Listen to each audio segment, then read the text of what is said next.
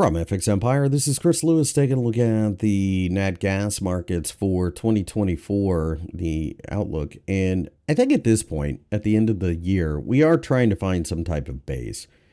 The question, of course, is can we break out to a new high? I don't think so, but if we do, it's going to be early in the year. It will be more likely than not some type of weather-related event, and it'll be short.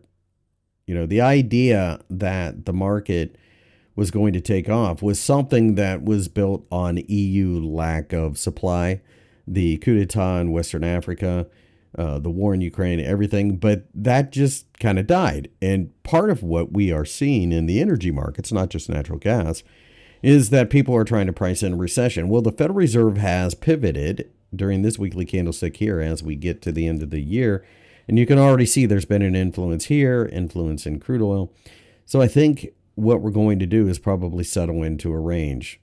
Somewhere between 2 and 333, I think, is your range for the entirety of the year. So much like crude oil, this is going to be a situation where you are going to want to look to range-bound tools and systems.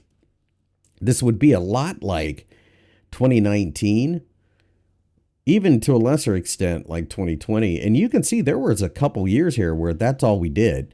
We kind of bounced around, maybe a little bit higher prices, but nothing drastic. And then we had a spike that must have been some type of winter situation.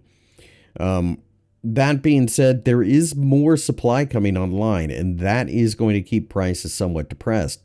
One of the things that we as traders forget sometimes is that this is 250. If your bottom is 2, it's not 50 cents you should be thinking about. It is the fact that it's 20%. At this point in time, a rally from the bottom to the top is a little over 50%. So, I mean, that's a big move. Even if it's not in nominal terms. So keep that in mind. I think range-bound traders are going to probably do fairly well this year.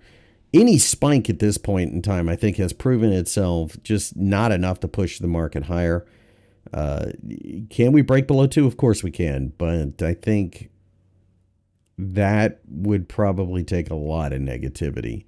At that point, then you begin to look at $1.75. And we may have the occasional expansion of the range. That does happen from time to time. But overall, I think this area is where we're going to be hanging out.